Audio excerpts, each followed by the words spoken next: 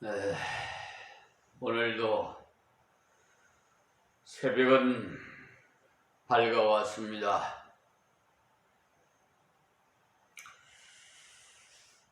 하루하루 우리에게 주신 이 강해 설교의 말씀, 이사야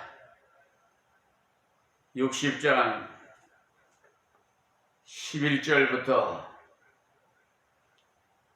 오늘은 은혜 받겠습니다. 네 성문이 항상 열려 주야로 닫히지 아니하리니 이는 내 사람들이 내게로 열방의 재물을 가져오며 그 왕들을 포로로 이끌어 옴이라. 아멘.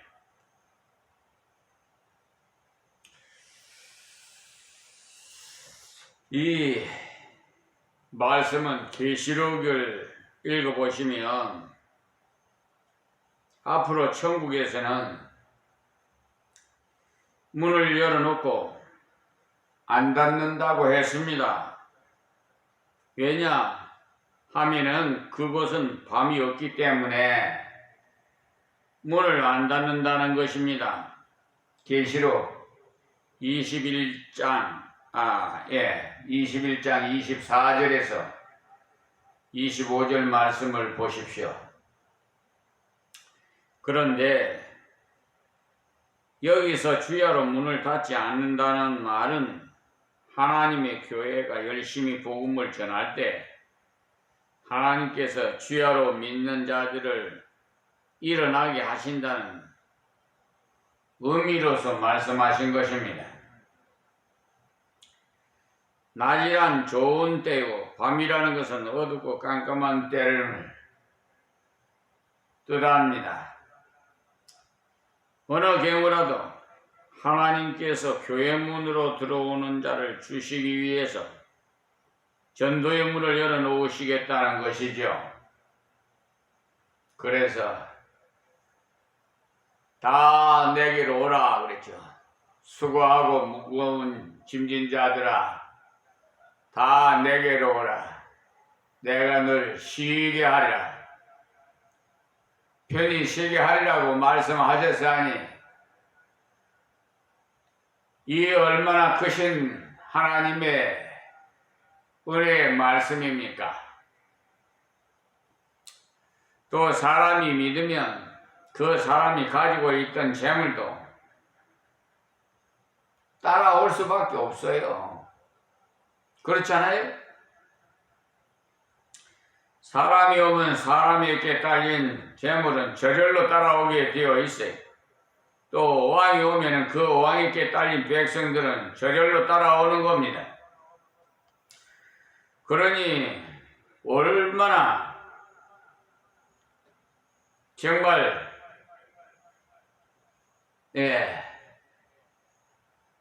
감격한 일입니까? 그래서 일어나 빛을 발하면 이처럼 놀라운 사건을 주신다. 이 말씀이. 그리고 12절의 말씀에 너를 섬기지 아니하는 백성과 나라는 파멸하리니 그 백성들은 반드시 진멸되리라. 아멘. 그러니까 하나님 말씀을 대적하는 자는 결국은 멸망한다는 말씀입니다. 그러니 복음을 전하는 것은 생명을 주기도 하시고 심판을 주기도 하는 것입니다. 하나님은 사랑의 하나님이시지만 공의의 하나님이시고 심판의 하나님이시단 말이에요.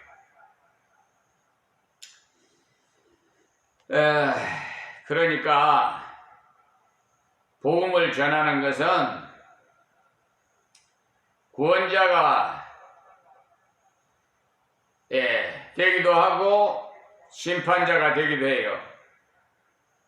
우리가 복음을 전했는데도 안 믿으면 그가 하나님 앞에 섰을 때 그가 전한 말이 그를 심판합니다. 그 때문에 전도할 때 예수 믿으면 구원의 은혜에 참여하고 안 믿으면 지옥 간다는 것을 반드시 빠뜨리지 말고 가르쳐 줘야 합니다. 그런데 어떤 분은 하나님은 사랑의 하나님이십니다. 그냥 예수 믿으시래요. 여러분, 예수를 믿으면 뭐 때문에 예수를 믿겠어요? 당신이나 믿으시오. 우리는 이렇게 좋습니다. 예수 믿을 필요 없습니다. 그래요. 빈정되고. 왜 그런 줄 압니까? 예수를 믿는 그 이유를 가르쳐 줘야 되는데 가르쳐 주지 않기 때문에 그래요.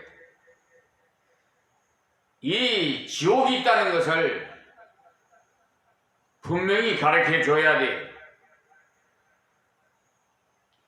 요한복음 3장 36절 말씀을 거두는 자가 이에 싹도 받고 영생에 이르는 열매를 모으나니 이미 뿌리는 자와 거두는 자가 함께 즐거워하게 하려 함이니라 했어요. 이제 13절 말씀으로요. 13절 그러니까 이사야 60장 13절입니다. 레바논의 영광 곧 잣나무와 소나무와 황양목이 함께 내게 이르려 내 거룩한 곳을 아름답게 할 것이며 내가 나의 발 둘 곳을 영화롭게 할 것이라. 아멘. 그러니까 솔로몬이 성전을 지을 때 레바논의 백향목과 잣나무를 사용해서 지었어요. 그것은 그때 당시에 가장 좋은 제목으로 지었다 이 말씀이에요. 그러니까 여기서 한번 새겨봐야 할 것은요. 하나님께는 제일 좋은 것으로 드려야 돼요. 하나님의 집, 예배당,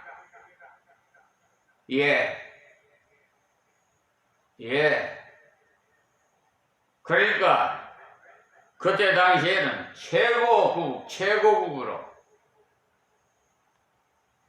이 성전을 지었습니다.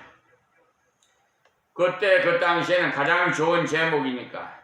그런데 여기에 말한 제목들도 다시 거룩한 성전을 짓겠다고 한 것은 포로에서 귀환해서 스룹바벨이 성전을 지을 때도 그런 제목으로 짓겠다 이 말씀입니다.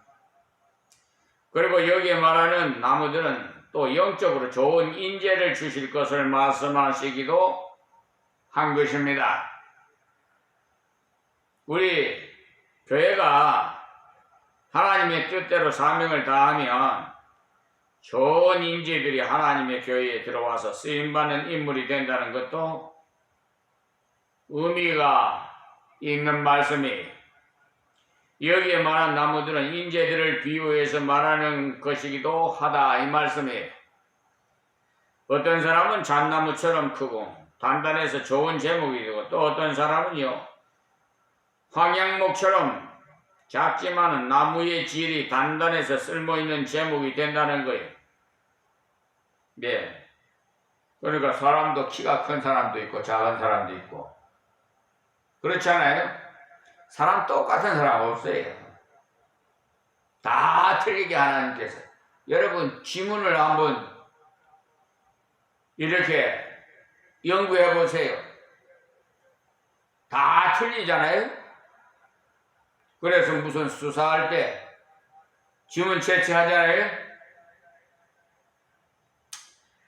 교회를 가르쳐서 하나님의 발둘 곳이라고 이렇게 표현을 하셨어요. 그것은 하나님이 땅 위에서 능력을 나타내는 기관으로 교회를 사용하신다 이 말씀.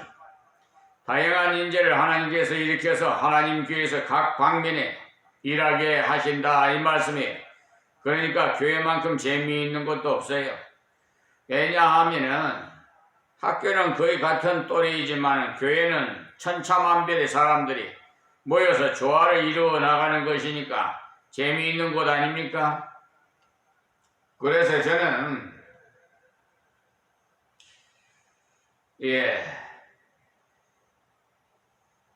기도를 하나님 앞에 하고 또 좀 하나님 앞에 지혜를 구하고 연구를 했더니요,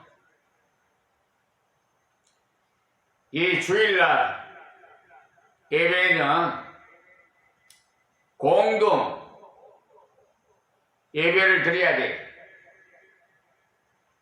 가족이 다 함께 그래야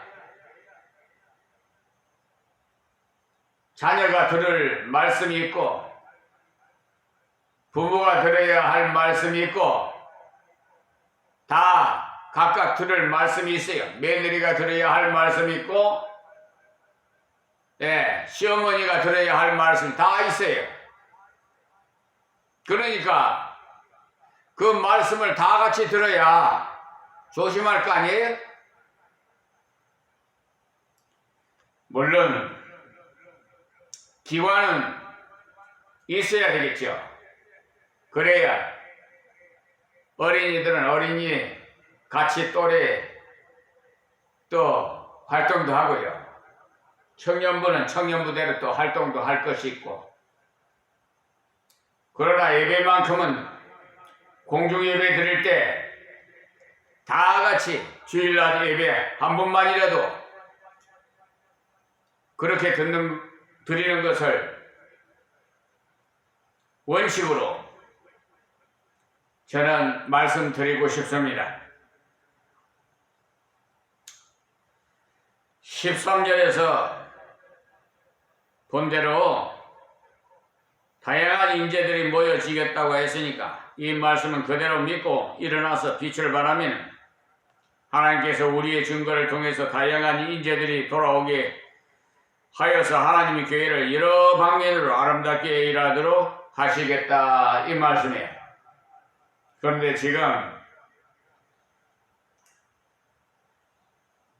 대한민국 사법부는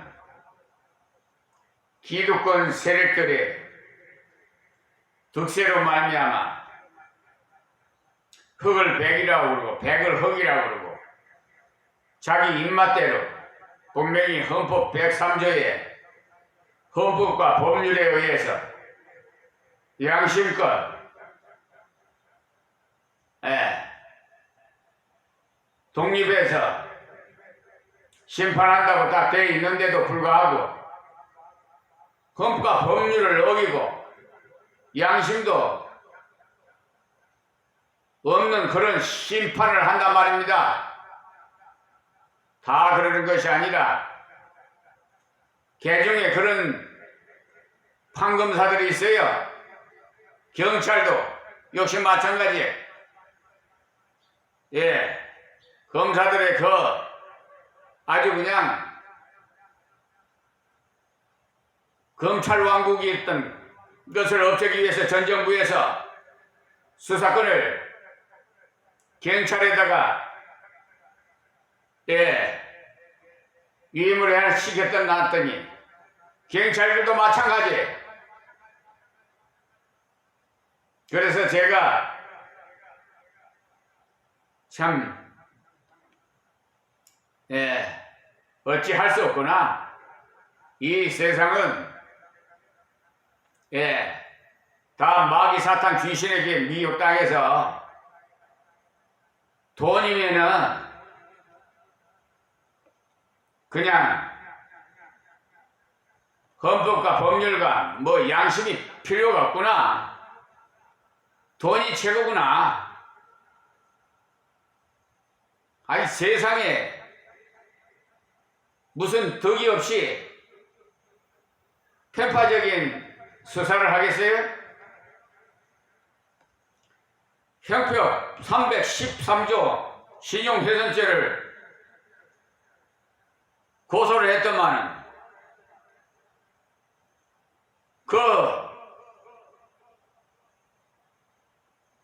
그 수사 결과 통보서에 보니까 경감이라는 박상욱 그런 작자가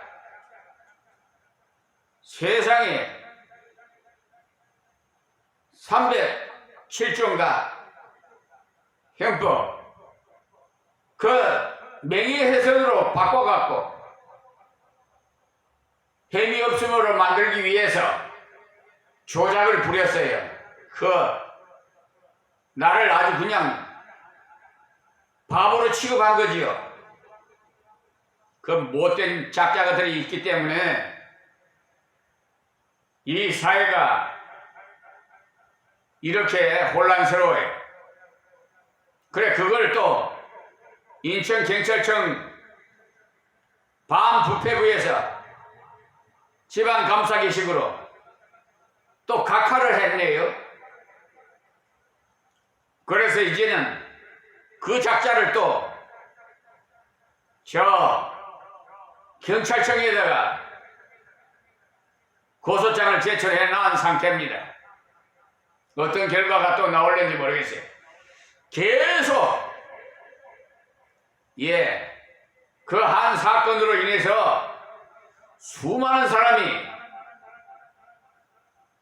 이 법률과 이 양심을 속이는 자들은 심판을 받게 될 겁니다.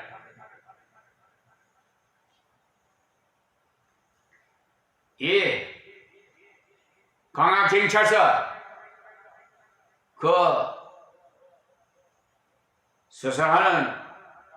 수사관은 참 예의가 바르고 내가 장기요양 환자이기 때문에 거동이 불편해가지고 겨우겨우 가서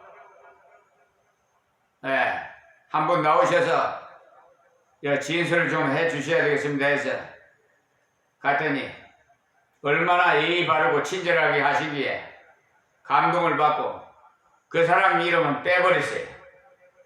그런 사람이 있어야 돼. 못된 자들.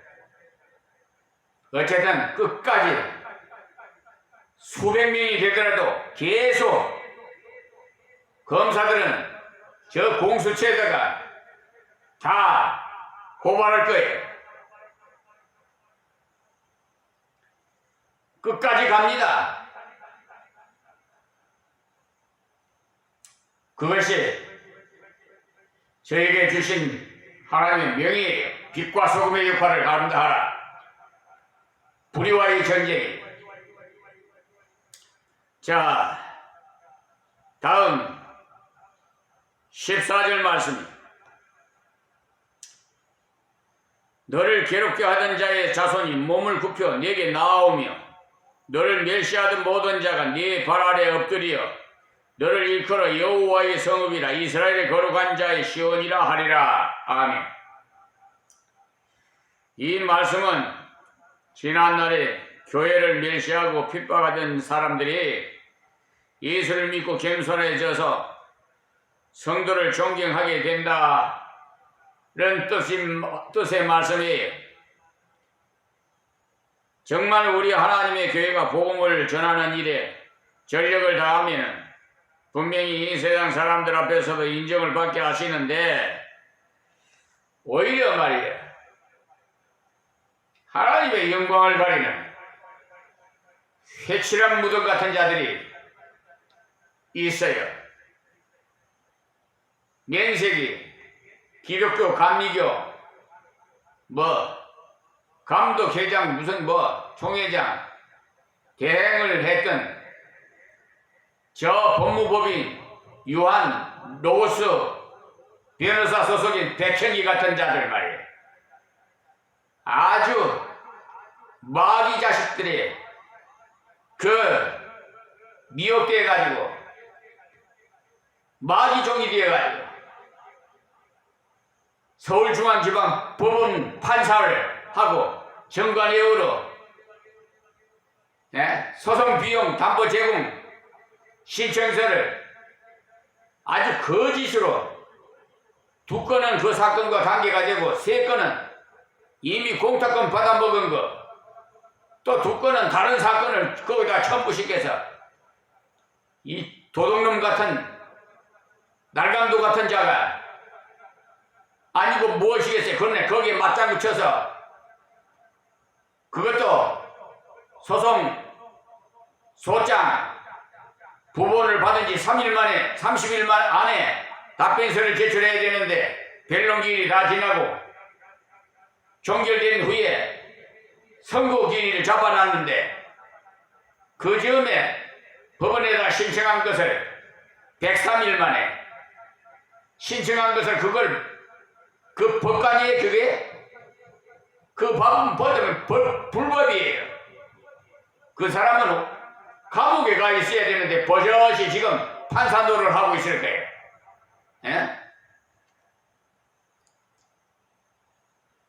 예. 어쨌든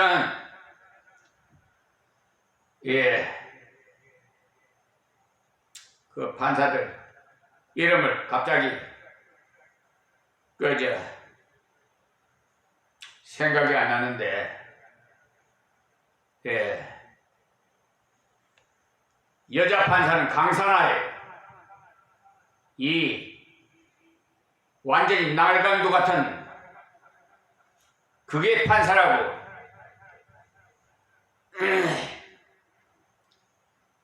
뭐야? 아유, 어쨌든 기억이 안 나서 남자 판사 2사람은 내가 지금 말씀을 못 드리는데, 우리가 하나님의 복음을 높이면 성도는 같이 높아져요. 정말 우리 하나님의 교회가 복음을 전하는 일에 전력을 다하면은 분명히 이 세상 사람들 앞에서도 인정을 받게 하실 겁니다. 지난날 교회가 깨어서 하나님 뜻대로 순종할 때는 세상을 향한 영향력이 커요. 그러나 교회가 세소가 돼서 그리스도는 뒤로 하고 사람만 모이고 물질만 채우려 하면은 교회는 세상으로부터 계속 손가락질을 받게 돼요.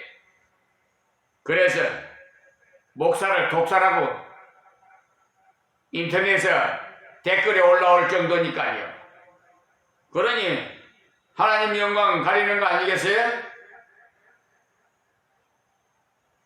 목사를 대적하면은요, 하나님을 대적하는 것과 같은 거예요. 하나님을 개독이라고 하는 것과 같다 이 말이에요. 그러니 그 죄는 누가 받아야 되겠어요?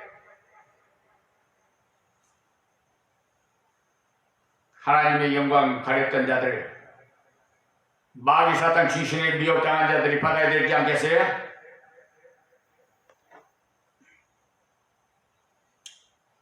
완전히 세수가 되어가지고 아주 그냥 한국 대행교회라는 대행교회들은 비행위가 그냥 바라기도 싫어 이제. 더러운 성추행과 하나님의 돈을 횡령해서 도둑질을 하고 그래가지고 지금 무슨 세계에서 가장 큰 별 행세를 하고 말세라는 말이 왜 나온 줄 압니까? 그런 작자들이 있기 때문에 그래요. 중세의 교회가 부패할 때 그래 했고 러시아 정교회가 그래 했고 망했어요. 그러니 망하지 않겠어요? 회개하지 않으면 망할 수밖에 없어요.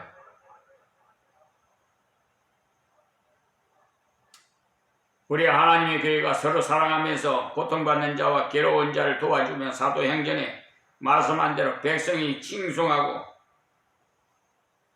그래야 되는데 사도행전 2장 43절에서 47절 말씀 보세요. 이건 완전히 반하는 행동을 하고 있는 거예요. 그들이 예수를 안 믿어도 칭송하고 있어요. 그러니까 교회가 하나님의 약속을 따라 봉사하면 반드시 칭송을 받게 하십니다. 다음 15절 말씀이에요.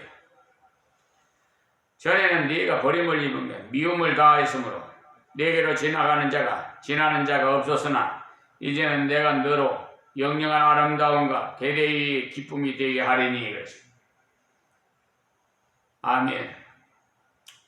전에는 하나님을 의지하지 않고 자기 마음대로 살고 물질주의로 살 때는 미움을 당해서 아무도 환영하는 사람이 없었습니다만 하나님을 진정 의지하고 순종하면서 영영한 아름다움을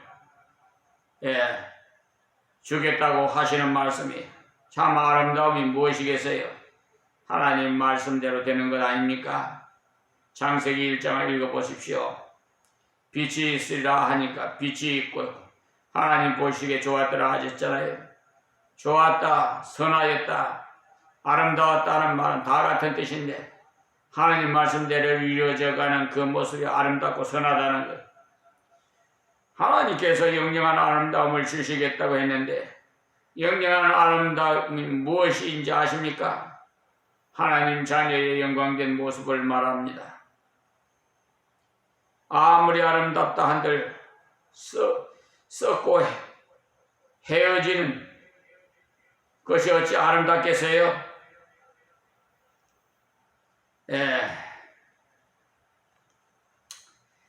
이 땅 위에 있는 것이 아무리 아름답다 한들 풀의 꽃과 같이 떨어지고 시든다고 했어요. 참 아름다운 것은 변하지 않는 것을 말해요. 그래서 영영한 아름다움이라고 표현한 것인데 이것이 바로 하나님의 자녀가 됨으로 일어나는 성화를 말씀하는 것입니다. 모든 아름다움 중에도 순결의 아름다움이 최고의 아름다움인 거예요. 여러분, 순결하지 않으면 하나님은요 더러운 거 싫어요. 마귀 사탄들이나 좋아하지. 그래서 깨끗해야 돼요. 더러운 성추행 같은 거 하지 말고 깨끗해야 된다니까. 하나님이 짝지어준 아내와 남편을 사랑하고 왜 다른 사람하고 외도를 하고 불륜의 관계를 가지고 가정을 파탄시키고 이런 나쁜 짓거리를 하는 거냐? 마귀 사탄이 그렇게 멸망의 길로 인도하려고 그러는 거예요. 그것도 모르고 좋다고. 아이고 썩어질 몸들. 저는 참 그런 사람 너무나 불쌍해. 저 유황불에 가서 들어가서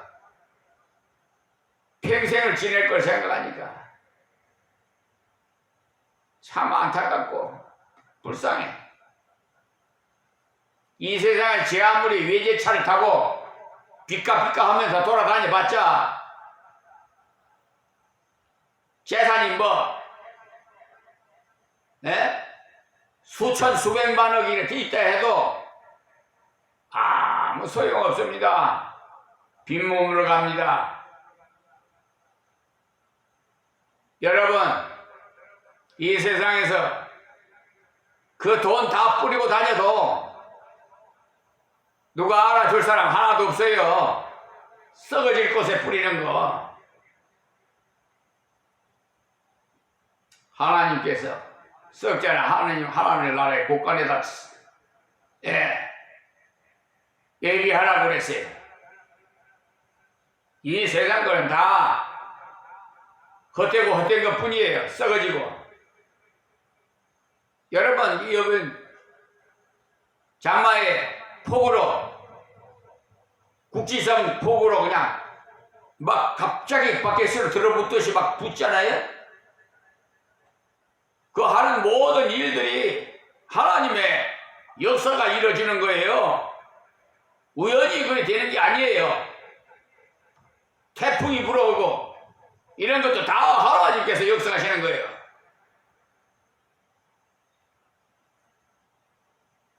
바람을 잠잠케도 하시고 사람을 죽이기도 하시고 살리기도 하시고 걸음더미에서 일으켜서 보좌에 앉히기도 하시고 사무엘상 2장 6절 이하에 보세요. 뭐라고 말씀되어 있는지.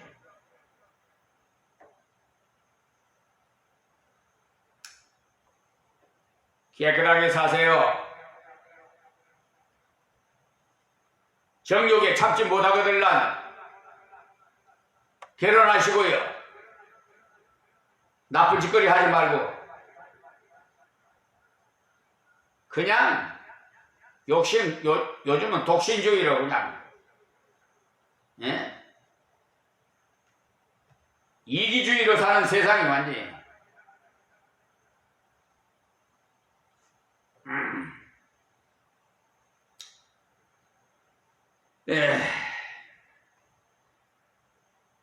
그래서 순결의 아름다움, 최고의 아름다움인 것을 믿으시기 바랍니다. 아름다움과 함께 대대의 기쁨이 되게 하리니라고 하셨는데 아름다움만 있으면 생기가 생겨요. 생기가 없어요. 그런데 아름다움이 있는 곳에 기쁨이 있을 때 만족을 가지고 그것이 바로 참다운 행복이에요. 여러분 뭐 행복 찾아 쌓고 돈 많으면 뭐 행복하지 합니까? 예? 돈 없어도 행복해요. 오히려 돈 있는 사람은요 지 목숨 죽을까봐 별별 장치를 다 해놓고 장갑고 살지만 부자연스럽게 살고 있지만 지금 보세요. 납치해갖고 죽이고 매장시키고 그놈은 돈 때문에 가진 사람 문 열어놓고 대낮같이 해서 살아도 두려울 게 뭐가 있어요.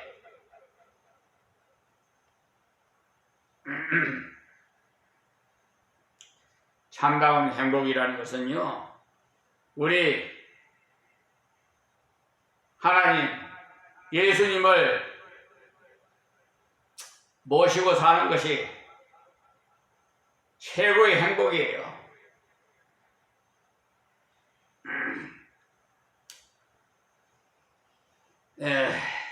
물질을 많이 가졌다고 행복한 것 아닙니다. 만족하고 있느냐는 그것은 행복의 바로 메타인 것이에요. 어떤 사람은 돈을 조금 가지고 있으면서도 아주 만족하게 살고 있어요. 적절한 곳에 돈을 쓰면 즐기면서 만족해야 하는 것이 행복이에요. 돈은 있으나 자기